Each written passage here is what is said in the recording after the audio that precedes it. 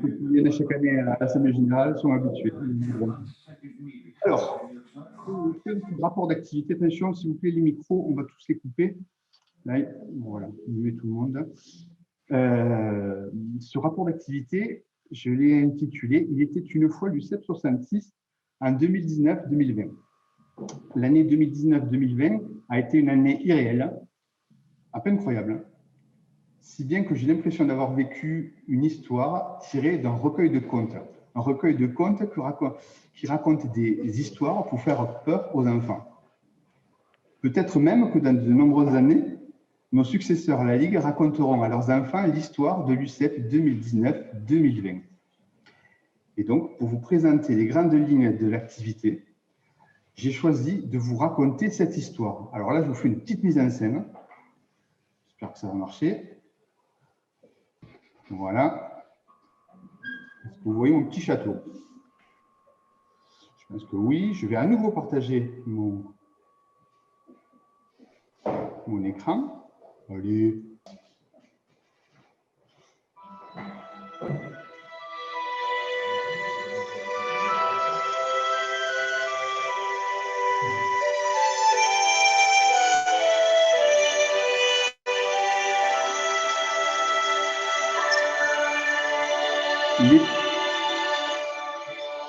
Il était une fois un service de la Ligue qu'on appelait UCEP 66. On lui avait donné ce nom car c'était le nom du comité sportif du sport scolaire dans le 66. Et en ce début du mois de septembre 2019, le soleil brillait sur ce petit comité. Donc, en ce début de mois de septembre 2019, le soleil brillait sur ce petit comité. Plus de 13 000 petits lutins avaient même demandé leur adhésion car ils adoraient les magnifiques projets que proposait l'UCEP. Ceux-ci étaient toujours pleins d'éducation à la citoyenneté et sentaient bon le vivre ensemble. Tout le monde appréciait le petit comité UCEP. Lorsqu'il invitait le monde de l'école au bal-pop de la Ligue, plus de 500 personnes répondaient présentes et célébraient le comité dans de grandes farandoles. En cette saison 2019-2020, les projets du comité se déroulaient parfaitement. Les jeux d'opposition connaissaient toujours autant de succès. Un nouveau projet animatelier connaissait un très gros engouement. Les parents du petit UCEP 66 songeaient à rebaptiser le projet 1000 enfants à la neige 1165 enfants à la neige, tellement les lutins étaient nombreux à vouloir apprendre à skier. Bref, tout allait bien dans le meilleur des mondes. Mais un jour, alors que les lutins étaient sur le point de réaliser leur 3e journée d'apprentissage du ski, une méchante sorcière nommée Gloria souffla si fort qu'elle fit tomber un morceau de montagne sur la 116. Cet effondrement rendit impossible les dernières journées de ski et fit annuler le fête de la neige. Cela attrista bien évidemment le petit comité et le monde de la montagne, mais de nombreux projets s'annonçaient jusqu'à la fin du mois de juin et regonflaient le moral de l'UCEP. Le petit comité avait même bien du courage lorsqu'il organisa une rencontre foot avec plus de 500 lutins sur les terrains de Cabestany. Il ne se doutait pas qu'une sorcière bien plus horrible encore commençait à jeter un terrible sort à toute l'humanité.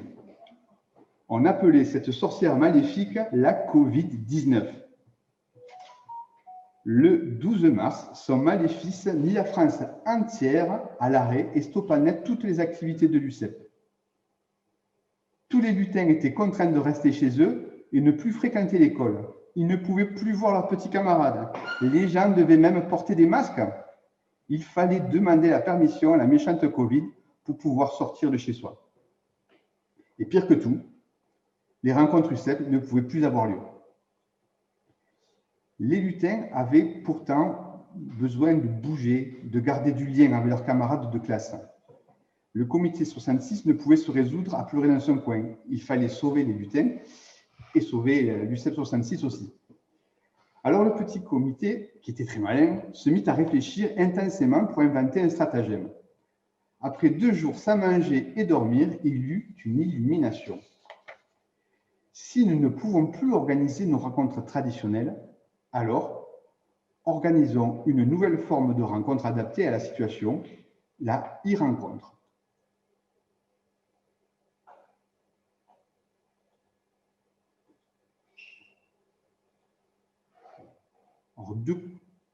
Le petit comité se retroussa donc les manches et proposa à toutes les classes primaires du pays catalan son nouveau concept de rencontre. De quoi s'agissait-il? C'est passé. Ouais. Dans le cahier des charges, il fallait proposer aux écoles un projet engendrant de l'activité physique simple et sans matériel, pouvant être réalisé au domicile.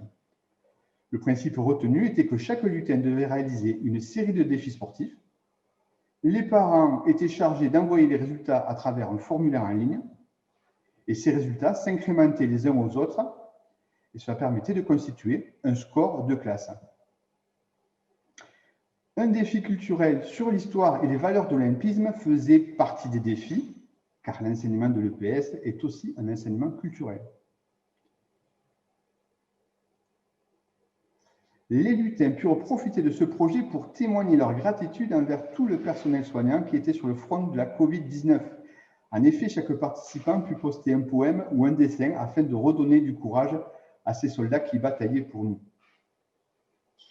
Le petit comité UCEP organisa ainsi 3 e-rencontres qui avaient chacune leur spécificité.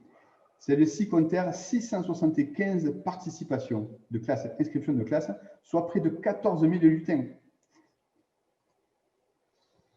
Le concept connut un énorme succès, localement, mais aussi dans la France entière, puisque la e-rencontre fut relayée dans presque 100% des départements français. L'UCEP national demanda au petit UCEP 66 d'intégrer son équipe nationale pour aider le plus possible de lutins en France. Jamais le comité UCEP 66 n'aurait imaginé un tel succès. Jamais l'UCEP 66 n'avait établi de lien si direct avec les familles. Ainsi, le petit comité UCEP, s'il ne put réaliser tous ses projets, connut en 2020 une reconnaissance inattendue dans un contexte vraiment pas propice à son activité. Ainsi s'achève la première partie de ce conte. Parce que, en fait, l'affreuse Covid-19 n'avait pas dit son dernier mot, elle est toujours là. Et je vous donne rendez-vous l'année prochaine pour vous raconter la fin de cette histoire, et j'en suis sûr, elle connaîtra une suite heureuse pour le petit comité. Je vous remercie. J'espère que je ne vous ai pas endormi. Ce n'était pas une histoire pour dormir. Hein. C'était juste une histoire pour vous faire peur.